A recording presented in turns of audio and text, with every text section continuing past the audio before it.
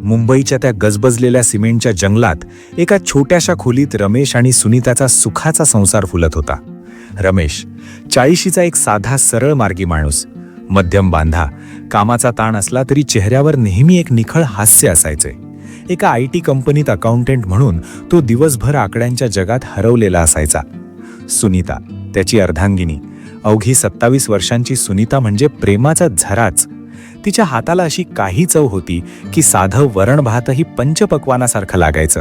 रमेश कौतुकानं म्हणायचा, सुनीता, तुझ्या हातात खरंच काहीतरी जादू आहे ग. मनाला तृप्त करणारं जेवण बनवतेस तू. दैनंदिन ओढाताण आणि प्रेमाचा डबा. रोजची सकाळ त्यांच्या घरात चैतन्य घेऊन यायची. रमेशचा व्यायाम, सुनीताची लगबग आणि घराला येणारा खमंग फोडणीचा सुवास. सुनीता मोठ्या मायेने डबा भरायची. 2 मौसूद चपात्या, वाफाळलेली भाजी, घरचं लावलेलं दही आणि कधीतरी रमेशला आवडणारा एखादा गोड पदार्थ. डबा हातात देताना सुनीताच्या डोळ्यात जे प्रेम असायचं तेच रमेशच्या जगण्याचं बळ होतं. लोकल ट्रेनची ती जीवघेणी गर्दी, धक्काबुक्की आणि घामाच्या धारा या सगळ्या प्रवासातून तावून सुलाखून रमेश दुपारी 1 वाजता ऑफिसच्या टेबलावर पोहोचायचा. पण गेल्या 6 महिन्यांपासून सुनीताला एक गोष्ट प्रकर्षाने जाणवत होती. रमेश संध्याकाळी घरी यायचा तेव्हा तो डबा अगदी आरसासारखा लख्ख असायचा.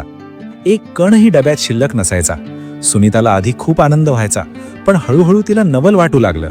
एके दिवशी तिने विचारलंच, अहो, आजकाल डबा खूपच आवडीने संपवताय की काय? एक घासही शिल्लक नसतो.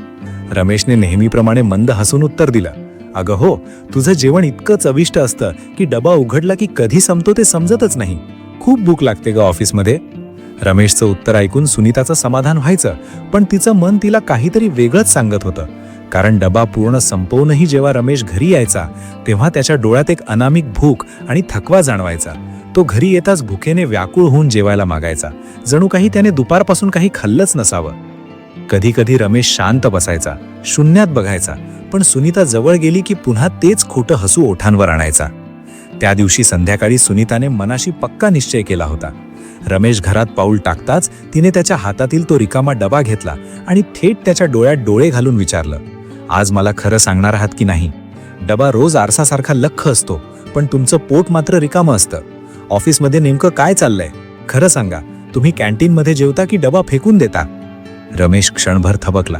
त्याच्या चेहऱ्यावरचा लपवाछपवीचा मुखवटा गळून पडला. त्याने सुटकेचा एक निश्वास सोडला, ओले हात पुसले आणि तो शांतपणे सोफ्यावर बसला. सुनीताच्या डोळ्यात आता रागापेक्षा जास्त काळजी होती. रमेश हळुवार आवाजात म्हणाला, सुनीता, रागवू नकोस ग. मी तो डबा स्वतः खात नाही. स्टेशनच्या बाहेर एक अनाथ मुलगा बसलेला असतो, कित्येक दिवसांचा उपाशी.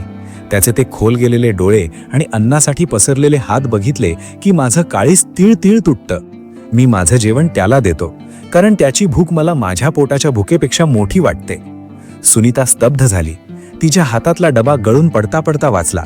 डोळ्यातून आनंदाश्रू वाहू लागले. अहो, पण मग तुम्ही स्वतः दिवसभर उपाशी राहता, चहा बिस्किटांवर दिवस काढता, आपल्या तब्येतीचा तरी विचार करायचा? रमेशने सुनीताचा थरथरणारा हात आपल्या हातात घेतला आणि गहिवरून म्हणाला, अगं, सहकाऱ्यांच्या डब्यातून एखादा घास घेतो मी, पण त्या मुलाला बघितलं की मला माझं कोळगाव आठवतं. रमेशचे शब्द त्याला भूतकाळाच्या त्या अंधाऱ्या गल्लीत घेऊन गेले. महाराष्ट्राच्या एका कोपऱ्यात वसलेलं त्याचं कोळगाव. मातीच्या भिंती, गळणारं छप्पर आणि दारिद्र्याची जळजळीत झळ. वडील रामराव दिवसभर शेतात राबायचे, तरीही घरात 2 वेळच्या अन्नाची भ्रांती असायची.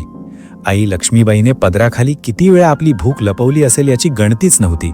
रमेश बाळा, तू जेवून घे, मला आज भूक नाहीये, असं म्हणणारी आई आठवली की आजही रमेशचा कंठ दाटून येतो. कधी कधी फक्त 1 भाकरी आणि तिखट चटणीवर संपूर्ण दिवस ढकलायचा. पावसाळ्यात जेव्हा छप्पर गळायचं तेव्हा रात्री भुकेल्या पोटी ओल्या जमिनीवर झोपताना रमेशने शपथ घेतली होती, मी मोठा झालो की कोणालाही भुकेलं झोपू देणार नाही. आज मुंबईच्या गजबजाटात तो मोठा माणूस झाला होता, पण त्याच्यातल्या त्या छोट्या भुकेल्या रमेशने दुसऱ्याची भूक ओळखायला विसरलं नव्हतं. रमेशच्या डोळ्यांसमोर बालपणाचे ते दिवस चलचित्रासारखे फिरू लागले. कोळगावच्या त्या छोट्याशा शाळेत जायला त्याच्याकडे धड कपडे नव्हते की पायात चप्पल. वडिलांच्या फाटलेल्या अंगातल्या सदऱ्यासारखीच त्यांच्या संसाराची अवस्था झाली होती. पण अशा अंधारात रमेशसाठी गुरुजी प्रकाशाचा किरण बनून आले. गुरुजी नेहमी म्हणायचे, रमेश, गरिबी ही शरीराला असते, मनाला नाही. शिक्षण हेच तुझं शस्त्र आहे आणि माणुसकी हीच तुझी खरी संपत्ती आहे. आज मी तुला हात देतोय, उद्या तू कोणाचा तरी आधार बन. गुरुजींनी दिलेली ती जुनी पानांची कोपरे दुमडलेली पुस्तकं रमेशसाठी केवळ कागद नव्हते, तर ते त्याच्या भविष्याचे उंबरठे होते. त्याच संस्कारांच्या बळावर रमेश मुंबईत आला, संघर्षाच्या आगीतून तावून सुलाखून निघाला आणि आज एका सन्माननीय पदावर पोहोचला. मुंबईच्या धावपळीत दादर स्टेशनच्या त्या अथांग गर्दीत रमेशला एक दिवस राजू दिसला. साधारण 10 वर्षाचा तो जीव, अंगावर मळकटलेले कपडे आणि डोळ्यातून उघळणारं कारुण्य. त्या गर्दीत तो जीव अगदी एकटा पडला होता. रमेशने जवळ जाऊन विचारलं, बाळा, तुझं नाव काय, कुठे राहतोस? राजूने केवल्याने नजरेने वर पाहिलं आणि थरथरत्या आवाजात म्हणाला, अंकल, मी राजू, माझं कोणीच नाही, या स्टेशनवरच राहतो, जे मिळेल ते खातो. राजूचे ते शब्द ऐकताच रमेशला त्याच्या गावातला तो छोटा रमेश आठवला, जो कधी काळी एका भाकरीसाठी आसुसलेला होता. रमेशने खिशात हात घातला. पैसे देणार इतक्यात गुरुजींचे शब्द आठवले, नुसती मदत करू नकोस, माया दे. त्याने पैशांऐवजी आपला डबा उघडला. सुनीताने प्रेमाने भरलेली ती भाजीपोळी जेव्हा रमेशने त्या मुलासमोर धरली, तेव्हा राजूच्या डोळ्यात जी चमक आली ती कोणत्याही हिऱ्या माणकापेक्षा मौल्यवान होती. राजूने तो डबा हातात घेताच एखाद्या भुकेल्या पाखरासारखं तो अन्नावर तुटून पडला. रमेश तिथेच उभा राहून त्याला बघत होता. त्या दिवशी रमेशचं पोट रिकामं होतं, पण त्याचं काळीज मात्र तृप्त झालं होतं. तेव्हापासून तो एक नित्यनेम झाला. मुंबईच्या त्या अथांग गर्दीत दादर स्टेशनच्या एका कोपऱ्यात एक 40शीचा माणूस आणि एक 10 वर्षाचा अनाथ मुलगा यांच्यात रक्ताच्या नात्यापेक्षाही घट्ट असं माणुसकीचं नातं विणलं गेलं. रमेश डबा घेऊन आला की राजूच्या डोळ्यात जे समाधान उमटायचं ते बघून रमेशला वाटायचं की जणू तो स्वतःच्याच बालपणाला घास भरवतोय. राजूची कहाणी म्हणजे नियतीने खेळलेला एक क्रूर खेळ होता.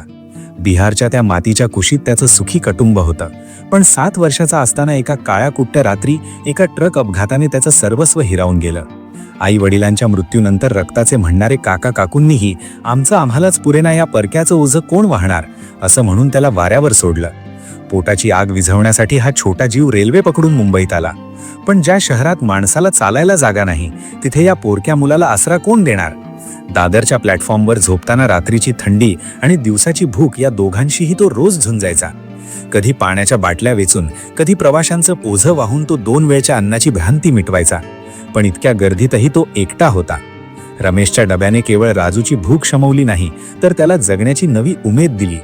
रमेशने जेव्हा त्याच्या डोक्यावर हात ठेवला, तेव्हा कित्येक वर्षांनी राजूला कोणीतरी आपलं असल्याचा भास झाला. रमेशने घरी येऊन सुनीताला आपला विचार बोलून दाखवला. सुनीता, त्या पोराचे डोळे मला झोपू देत नाहीत ग. त्याला फक्त अन्नाची नाही, तर भविष्याची गरज आहे.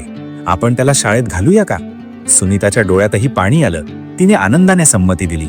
रमेशने धावपळ करून एका सरकारी शाळेत राजूचा प्रवेश निश्चित केला. जेव्हा राजूने आयुष्यात पहिल्यांदा शाळेचा गणवेश घातला आणि पाठीवर दप्तर घेतलं, तेव्हा त्याच्या चेहऱ्यावरचं हसू बघून रमेशला वाटलं की आज गुरुजींनी दिलेल्या शब्दांचं सार्थक झालं. राजू शाळेत जाऊ लागला, अभ्यासात रमू लागला, पण प्रश्न अजूनही सुटला नव्हता. दिवसभर शाळेत जाणारा हा मुलगा रात्री पुन्हा त्या असुरक्षित प्लॅटफॉर्मवर जाऊन झोपणार होता.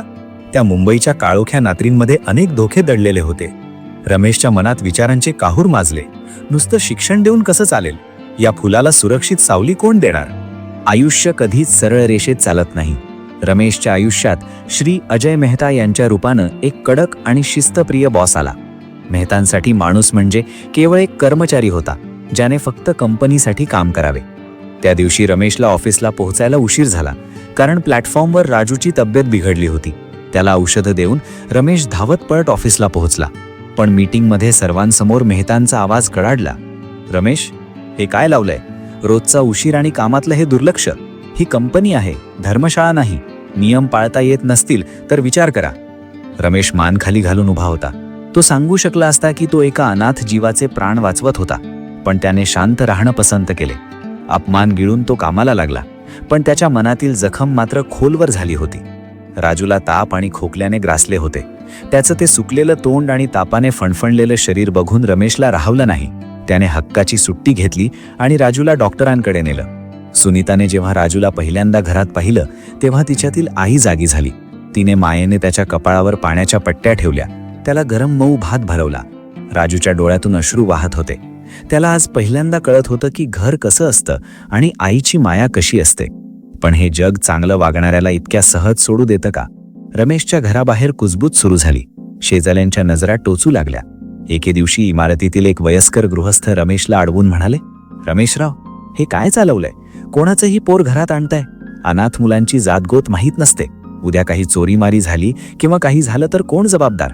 स्वतःच्या पायावर धोंडा पाडून घेऊ नका, समस्या येतील. रमेशने शांतपणे त्यांच्याकडे पाहिलं आणि म्हणाला, काका, ज्याची जात माणुसकी असते ना, त्याला देवाची साथ असते. आणि संकटाची भीती वाटली असती तर मी मदतीचा हात पुढेच केला नसता. रमेशनं उत्तर तर दिलं, पण घरी आल्यावर तो खिन्न झाला. नोकरीवर तांगती तलवार, समाजाचा विरोध आणि राजूचं भविष्य. रमेश एका मोठ्या चक्रव्यूहात अडकला होता. ज्या मुलाला त्याने आधार दिला तोच आता त्याच्या संकटाचं कारण ठरणार होता का? मुंबईची ती सकाळ नेहमीसारखी नव्हती. दादर स्टेशनवर अचानक काळानं झडप घातली. 2 ट्रेनची भीषण धडक झाली आणि क्षणात आनंदी वातावरणाचं रूपांतर किंकाळ्या आणि रक्ताच्या थारोळ्यात झालं. राजू शाळेतून परतत होता. त्यानं पाहिलं की एक लहान मुलगी ट्रॅकच्या अगदी जवळ मृत्यूच्या दाढेत पडली आहे. मागून दुसरी ट्रेन वेगाने येत होती. भविष्याचा विचार न करता राजूनं गुरुजींनी दिलेल्या धड्याची आठवण केली. तो चित्त्याच्या वेगानं धावला. त्या मुलीला छातीशी घट्ट धरले आणि सुरक्षित जागी उडी मारली. मुलगी वाचली, पण राजूचा पाय रुळाच्या कडेला अडकला आणि तो गंभीर जखमी झाला. दुसऱ्या दिवशी वर्तमानपत्राच्या पहिल्या पानावर हेडलाईन होती, स्वतःचा जीव धोक्यात घालून अनाथ मुलानं वाचवलं चिमुकलीचे प्राण. रमेशनं जेव्हा ते वाचलं तेव्हा त्याच्या काळजात धस्स झालं. तो धावतच हॉस्पिटलमध्ये पोहोचला. तिथे पांढऱ्या कपड्यातील डॉक्टर विचारत होते, या मुलाचा कोणी गार्डियन आहे का? रमेशनं गर्दी बाजूला सारली आणि गंभीर आवाजात सांगितलं, हो, मी आहे याचा बाप, मी याचा सांभाळ करणार. सुनीतानंही हॉस्पिटलमध्ये राजूची आई होऊन सेवा केली. राजूच्या पायाला जखम होती, पण त्याच्या डोळ्यात कोणीतरी आपला आहे हे पाहून मिळणारं सुख अथांग होतं. राजू बरा झाल्यावर रमेश आणि सुनीतानं एक मोठा निर्णय घेतला. त्यांनी कायदेशीररित्या राजूला दत्तक घेतलं. ज्या घराला अनाथ मुलामुळे शेजारी नाकं मुरडत होते, त्याच घरात आज राजूच्या रूपानं एक वारसदार आला होता. सुनीतानं घराच्या उंबरठ्यावर माप ठेवून राजूचं स्वागत केलं, जणू साक्षात पांडुरंगच घरी आला होता. ऑफिसमध्ये गेल्यावर रमेशला वाटलं होतं की आज मेहता त्याला कामावरून काढून टाकतील, पण जेव्हा रमेश केबिनमध्ये गेला तेव्हा चित्र वेगळंच होतं. मेहता खुर्चीतून उठले आणि त्यांनी रमेशचा हात हातात घेतला. रमेश, मला माफ करा, मी फक्त आकड्यांमध्ये माणुसकी शोधत होतो, पण तुम्ही प्रत्यक्ष माणुसकी जगताय. एका हिऱ्याला पैलू पाडण्याचं काम तुम्ही केलंय. आजपासून तुम्ही फक्त अकाउंटंट नाही तर या विभागाचे मॅनेजर असाल. तुमचं प्रमोशन आणि पगार वाढ आजपासूनच लागू होतीये. रमेश आणि सुनीताच्या घरात आता खऱ्या अर्थानं चैतन्य आले होते. ज्या घराला घरपण नव्हतं तिथे आता राजूच्या हसण्यानं आणि अभ्यासाच्या आवाजानं भिंतीही सुखावल्या होत्या. सुनीता आता फक्त रमेशसाठी नाही तर आपल्या लेकासाठी डबा भरत होती. माणुसकीचा तो छोटासा दिवा आता मशाल बनला होता. रमेशनं आपल्या कष्टाच्या कमाईतून रिकामा डबा फाउंडेशन सुरू केली. ज्या समाजातील लोक आधी नाकं मुरडत होते तेच आता मदतीसाठी हात पुढे करू लागले. अजय मेहता यांनीही कंपनीतर्फे या कार्याला मोठी रसद पुरवली. रमेश आता फक्त एक अकाउंटंट राहिला नव्हता, तर तो मुंबईचा माणुसकीचा डबा देणारा देवदूत म्हणून ओळखला जाऊ लागला. वर्ष कशी निघून गेली हे कळलंच नाही. रमेशच्या मार्गदर्शनाखाली आणि सुनीताच्या मायेखाली वाढलेला तो अनाथ राजू आज डॉक्टर झाला होता. ज्या हातांनी कधी काळी अन्नासाठी भीक मागितली होती तेच हात आता लोकांचे प्राण वाचवत होते. राजूनं आपल्या क्लिनिक बाहेर एक मोठी पाटी लावली होती, अनाथ मुलांसाठी मोफत उपचार. रमेश आणि सुनीता आता वृद्ध झाले होते. रमेशनं आपल्या आयुष्यातील संघर्षावर एक पुस्तक लिहिलं, माणुसकीचा डबा. हे पुस्तक केवळ बेस्ट सेलर ठरलं नाही, तर त्यानं हजारो तरुणांच्या मनात दयेची ज्योत पेटवली. एका दिवशी संध्याकाळी रमेशनं राजूला जवळ घेतलं आणि थरथरत्या आवाजात म्हणाला, बेटा, मी आज तृप्त आहे. मी दिलेल्या त्या एका डब्याची परतफेड तू आज हजारो गरिबांना मदत करून केलीस. माझ्यानंतर ही माणुसकीची साखळी तुटू देऊ नकोस. रमेश शांतपणे हे जग सोडून गेला, पण त्याचं कार्य अमर झालं. त्याच्या अंत्ययात्रेला केवळ श्रीमंत लोक नव्हते, तर हजारो अनाथ मुलं होती, ज्यांच्या आयुष्यात रमेशनं प्रकाशाचा दिवा लावला होता. राजूनं रमेशच्या पावलावर पाऊल ठेवून रिकामा डबा फाउंडेशनच्या शाखा देशभर पसरवल्या. आजही मुंबईच्या त्या गजबजलेल्या लोकल ट्रेनमध्ये किंवा दादर स्टेशनच्या गर्दीत एखादा भुकेला जीव पाहिला की कोणाला तरी रमेशची आठवण येते. कारण भूक ही फक्त अन्नाची नसते, ती प्रेमाचीही असते. आणि माणुसकीचा एक छोटासा घास एखाद्याचं नशीब बदलू शकतो. माणुसकी हीच जगातील सर्वात मोठी संपत्ती आहे, आणि जी भूक प्रेमानं शमते ती जगातील कोणतीही पक्वान्न शमवू शकत नाहीत.